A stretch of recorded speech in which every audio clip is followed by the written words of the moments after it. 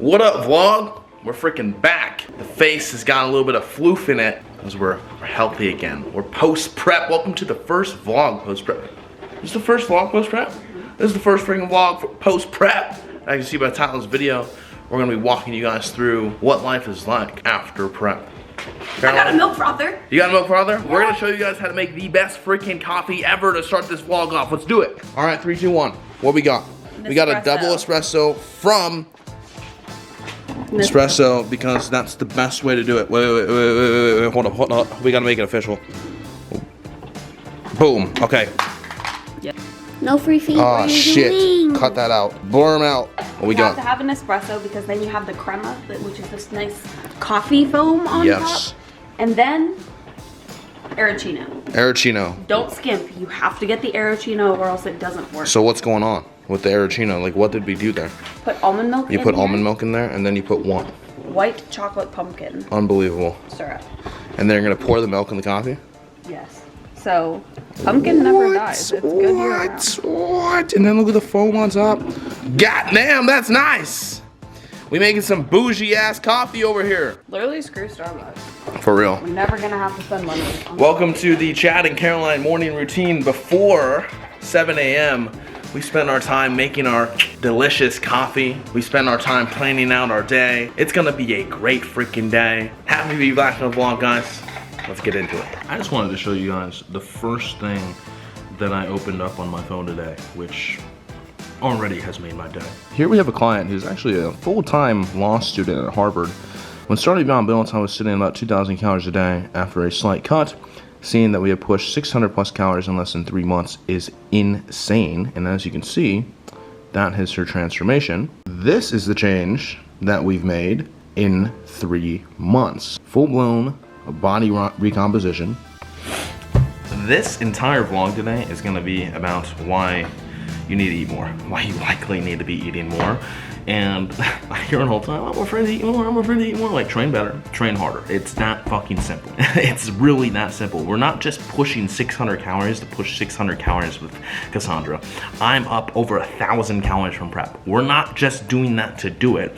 We're doing it because our bodies are simply demanding more from us. Because we are training good, with structure, consistently, because we are training hard, our body's simply demanding the fuel for more recovery and more performance. When that's the case, muscle's getting its fuel, it's gonna start stacking on tissue, your body composition is going to improve, and Cassandra will likely never have to worry about a diet being long or strenuous ever again. The more tissue you build, the more problems you solve.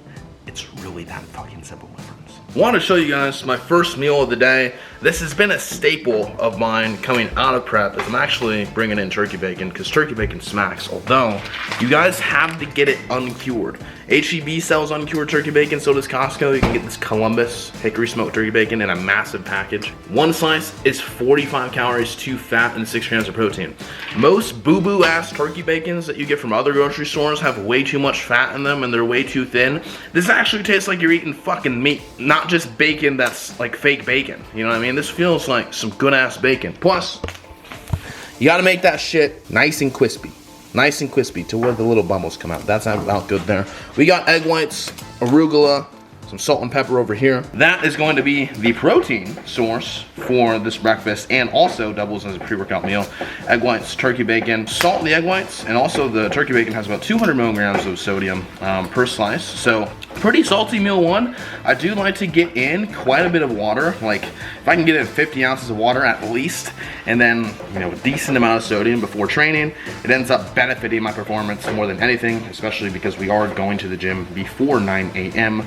this morning. That's protein source, and then I'm gonna show you guys the carb source. We're going to make the pancakes, not Kodiak cakes. Usually I do Kodiak cakes, but Kodiak cakes are pretty high in fiber. Usually I like to do pre-workout oats, but oats are also pretty high in fiber, and I'm training legs. So I don't want a ton of stomach volume, so we're doing Hungry Jack buttermilk pancakes. And the way I like to make these is I put in 100 freaking grams of it. Buttermilk is just way too basic of a flavoring, all right? So if you're gonna do buttermilk, at least you need to add some chocolate chips or something, right? You could also do cinnamon oats. You can add some oatmeal in there, some cinnamon. That'd be pretty gas too. What else would you put in a buttermilk pancake? Blueberries. Blueberry, ooh, that'd be fire. Have you ever done strawberries and white chocolate chips? No, that sounds gas also. You could literally just make your own flavor, but I'm on a huge banana kick lately. Ever since I ended prep, I'm like, I want banana fucking everything. So I'm putting in little teeny slices of banana in here. And then I'm gonna add some water and I'm gonna mush it all together. And it ends up being a banana freaking pancake. I'm also gonna add some cinnamon there. These are gonna be fan-flippin-tastic. Get it? Because I'm gonna be flipping the pancake. No. All right, pancakes are done. To top them, we're gonna do the S'moreo almond butter. The macros on this are pretty gas for full serving, 12 fat, 9 carb, 8 protein. So a bit higher protein in this flavored nut butter. So we're gonna do half a serving of this on top. This will be, the little fat source with this meal. So we're gonna plop that on there right there. We're gonna spread that out. Oh yeah, that's nice. That's real freaking nice. Boom, boom. We got about 100 grams carbs and 53 grams of protein and 12 fat for this pre-workout meal. What a flex. My minimum carbohydrate intake pre-workout is always 100 grams of carbs. What a life. How's post-diet life been for you? Actually, how's post-diet life been for us? You wrapped up 1 week before I finished, right? So we're on the same wavelength. How many calories are you up? Like 300-ish, 350. Nice. Yeah. Like 1,000, 1,000. Yeah. Body weight differences, severity of diet. Yes. Well. So like, it's the more severe the diet, the more you can jump up. Honestly, the more you need to jump up. The higher body weight, also the more you need to jump up. She's reversing. I'm recovering. Yeah. Yeah. How's it been? Honestly, fine. Yeah. I'm not one that really like loses steam per se. It doesn't really burn me out to continue tracking, and I knew what I was signing up for when I told my coach that I wanted it to reverse diet. I didn't just want to jump back up because I know that my calories can be higher, and I really want to put myself in a good place to be putting on tissue and maintain as much of like what I accomplish as possible, because I'm not far off from starting a prep, so I don't necessarily like have a ton to gain before jumping. It's not necessarily maintain. I feel like it's like, okay, cool, like let's make body composition improvements from here without necessarily adding too much body fat. Exactly. Like that's exactly it. Right. Which you already are making. Like you look like. I look so much better. Yeah, like you're looking better now that you get more food in, right. Which is great. It's because you're healthier. Yeah, I'm not stringy anymore. Yeah. Post diet's been sick. This has definitely been the post prep like ever for me. I'm up about 10 pounds on the scale weight right now, and I'm holding it like very, very well. What's made the biggest difference is like coming out, like I'm still tracking, yes, although I'm a little bit looser with it. Like I'll eat something, like a little nibble of something, I won't track it, I won't really track vegetables, I'm not really tracking sauces, I'm not going to the extreme with the tracking. I'm just using it as really a measurement tool and a tool for me to stay consistent and for me to still like honor how I feel and perform in the gym right now more than anything else. Plus, after this first mesocycle training, which is gonna be 5 weeks long, I'm gonna be starting like gaining, and I don't. Week are you? Huh? Week 4? Week 3. Oh wow. So I don't want to start out the gaining phase from a place where I'm too high body fat, right? I want to be starting out the gaining phase like pretty insulin sensitive, like in a lean composition, and that's exactly what's gonna happen. Although what's helped is having her in my corner. But also, like, even like through Christmas and everything, like we didn't really track Christmas. I think that was the only like untracked period besides post-show that we had. We didn't track like Christmas Eve. You didn't track the whole trip. Yeah, I didn't really track the whole trip, although like it helps to have somebody that is such a good athlete. By the way, welcome coaching Caroline now too, so that's pretty freaking cool. Yeah, it helps to have somebody there that understands it. It's because like you can't like for me, like I'm not gonna allow myself to like go balls to the wall and super off track when somebody is right there in front of me fucking crushing it herself. Plus your portion sizes are a little bit smaller, and so like if I'm eating around like my dudes and my friends, like I'm gonna try to out eat them because it's kind of just what dudes do. So like going out to eat and stuff with you has been helpful in that regard as well. Yeah. But like I would say that like having somebody like in your corner and a support system and accountability and somebody to check in on you. It's like I always tell my clients when they come out of a show, it's like literally fucking call me. Like if you're having a difficult day, like fucking call me, because nobody around you is gonna understand this shit more than me. And like and for you understand it too. So like I really think that like coming out of a prep or coming out of a diet, like having somebody to talk to helps a lot. Yeah, and I will say it's not like I didn't enjoy myself, because I definitely did. post-show and Disney and Thanksgiving and Christmas. Sure. I'm at the point in my journey relationship with food where I just like eat what I want and I'm like done when I'm done. I'm not just eating just to eat anymore, but like I definitely had like a full plate of food, enjoyed plenty of appetizers, a fuck ton of cookies, but just like I would also say no if he was like, you want to get more? I'm like, oh, not really. Yeah, 100%. Which is huge for me. I feel like it's not something that has been like the norm for me in the past. But I'm just like chilling, you know, like genuinely just living my life and making it about the experience and not just about how much food can I shovel in my mouth in a day. Exactly. Let's go train super hard.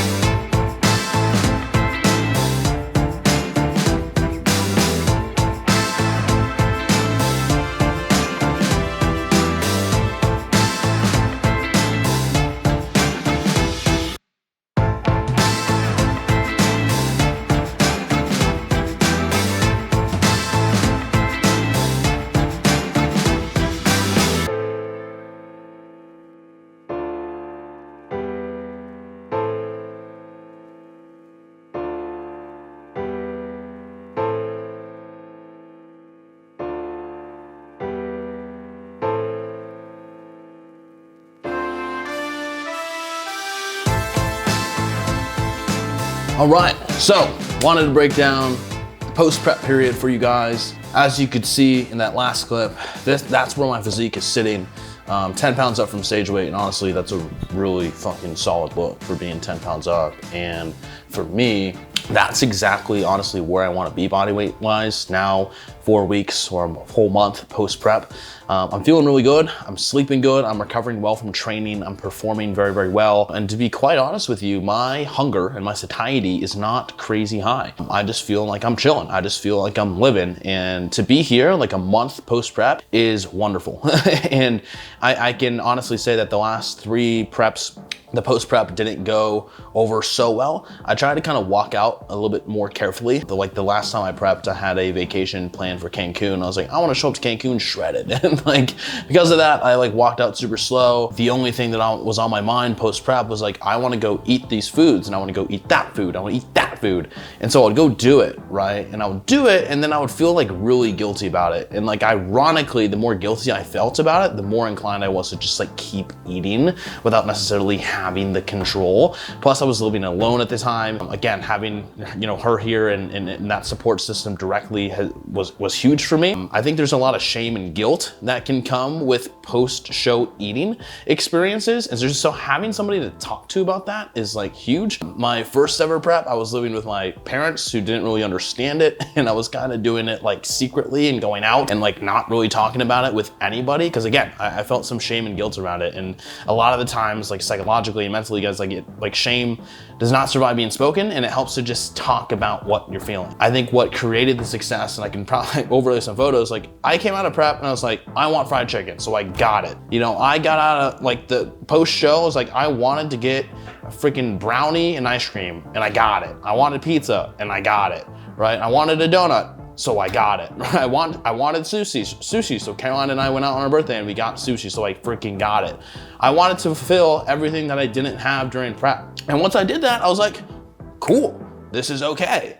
Yet the reason why I was actually able to have that food and not like not just blow up from it is because I just raised my baseline intake quite a bit coming out of the show, which allowed me the freedom to go do it. Plus, I value my performance and how I feel so much so to where if I ate like an asshole, like every fucking day and just ate out and ate out and ate out and ate out, I'd probably just feel like shit performing. And that's the last thing I want to do. So like, let's break down what post-prep looks like and how we structure it for our athletes here at Beyond Built as well. Like first and foremost, Caroline and I did a video on this a couple videos back about the psychological and the physiological piece that comes with like the diet itself and actually wrapping it up.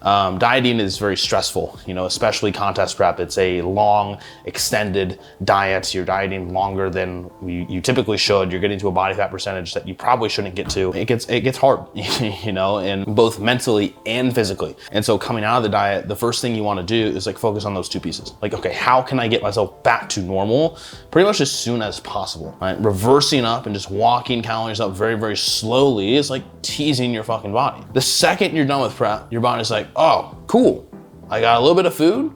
This is great. Like, I want more of this, right? And so your hunger is gonna go up even more. And so if you only give yourself 50 calories, 100 calories, 200 calories post-prep, likely you're still in a caloric deficit. Your body's probably pissed off at you and like, what the fuck is this? Like, why are you teasing me? Like, fuck you, I'm gonna make you more hungry just to prove my point to you that I want more food. And that drives up your food focus, it drives up your cravings even more, and then you get into this fucking shame shit storm of I'm gonna eat the food and then feel fucking guilty about it, and then overwork myself and do more cardio the next day, or train even harder the next day, and now you've just completely ruined your relationship with food, and you're like, bodybuilding sucks. Sick! That's like 99% of competitors, and if you don't wanna be like 99% of competitors, that's why you're here watching this video. Okay, so what is post-diet maintenance in general? It's a period after a fat loss, weight loss diet during which you gradually increase your calorie intake up to a healthy baseline while maintaining that weight for the most part. This phase can usually last as long as the previous fat loss diet. So if you dieted 4 to 5 months, you know, your post-diet maintenance phase could be 2 to 3 months, right? Or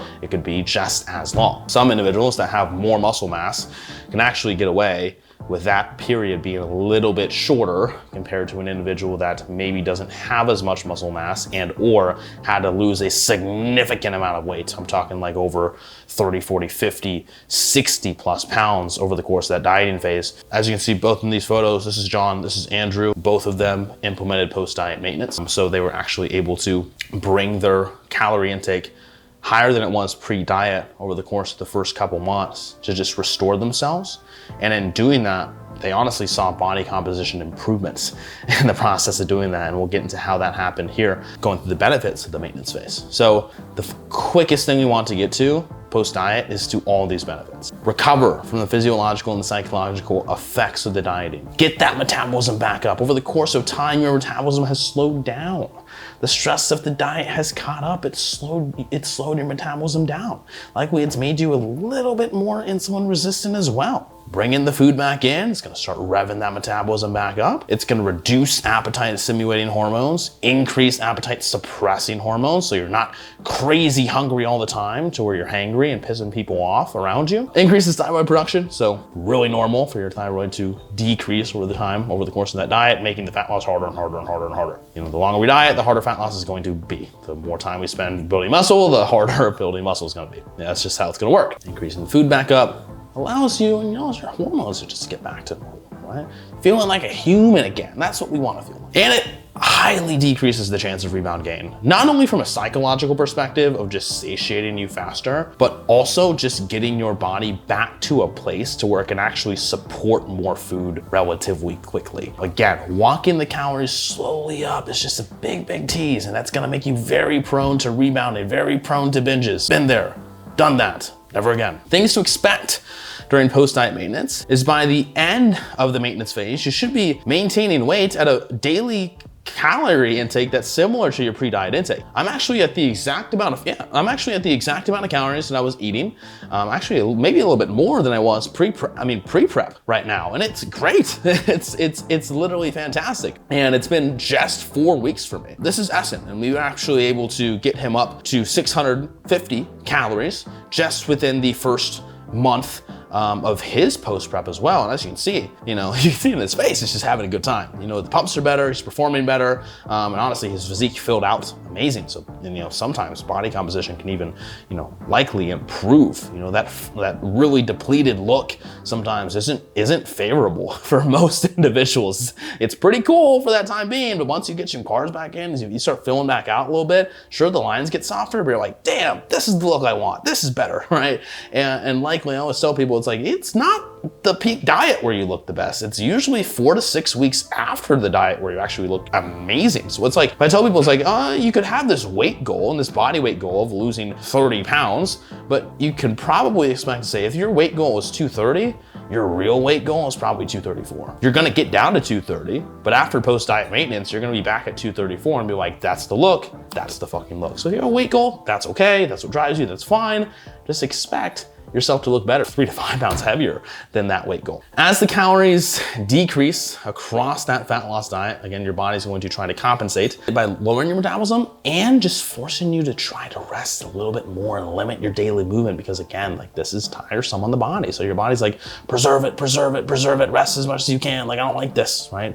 And so to work against that grain, you had to be more active. You had to, implement more cardio. You had to do more steps. You have to eat less calories in order to keep going. Gradually working the calories up actually does the exact opposite of that. It promotes you to want to move more, right? You start recovering a little bit better. Your metabolism starts revving up. So that's what we want. That's really what we want. How to do it, how to set you up. I'm gonna briefly go through this as you guys can see the points here. First and foremost, if you're lifestyle dieting, you don't want to be dieting past 12 to 20 weeks. There's really no point in that at all. Anything over 3 months, you should usually be using diet breaks as well. Don't want to diet too hard. Losing more than 1% of body weight a week is a fast track to crashing your metabolism and just getting you to a state where you're going to be very, very prone to rebound, and likely you'll end up putting all the weight that you just lost and worked so hard for back in the next 1 to 2, even maybe up to 3 months. Adding food back in. Notice how I said 300 to 600 calories every 3 to 4 weeks, and sometimes even 2 to 3 weeks, depending on the athlete. Not saying 50 calories, I'm not saying 100, I'm not saying 200. Right away, that jump is 300 calories, right? Coming out of a peak week, we should be able to take the average amount of carbohydrate intake over the course of that week and be able to re-begin right fucking there. So for me, I just picked right back up at 425 carb post-prep. On average throughout the week, I think the highest my carbs got during peak week was 800.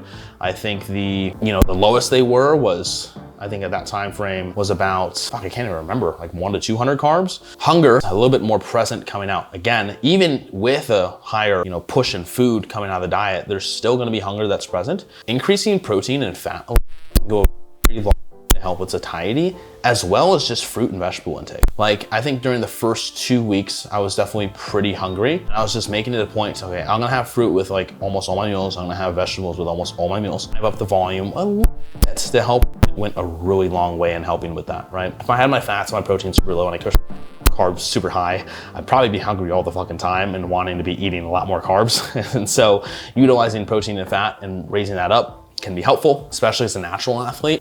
Raising your fats up to at least, I think, 0.4 times your body weight is a really good idea to help you recover hormonally as well. What can really help is understanding that there's going to be fluctuations that are 2 to 4 pounds.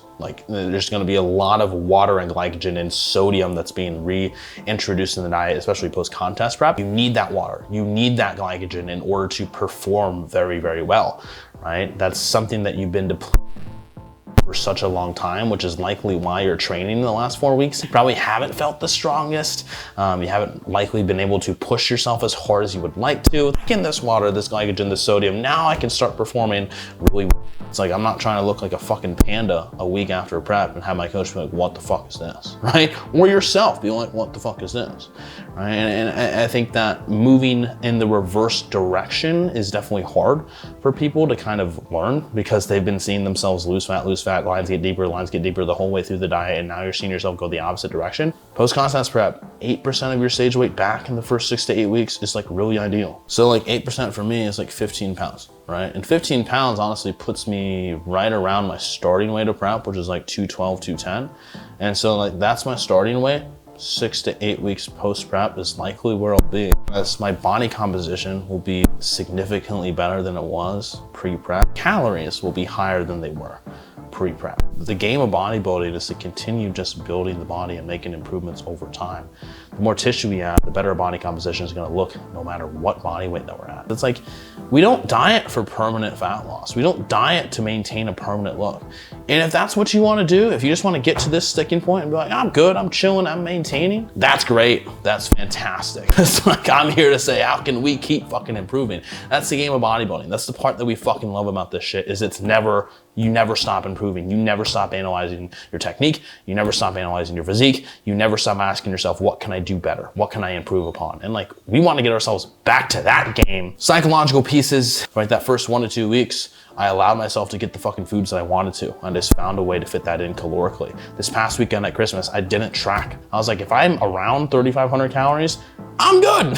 Like, I chose to get most of my carbohydrates in from cookies, and I was fucking thriving, right? And I was still training there. So like, at the end of the night, I'm like, all right, how do I want to feel tomorrow before I go in the gym? Right, for me, I'm not tracking sauces, I'm not tracking vegetables. I'm pretty loose with my tracking right now, to be completely honest. And if I'm hitting within the 10 gram marker range of fats, proteins, and carbs, I'm really fucking happy about that. I'm like very happy about that.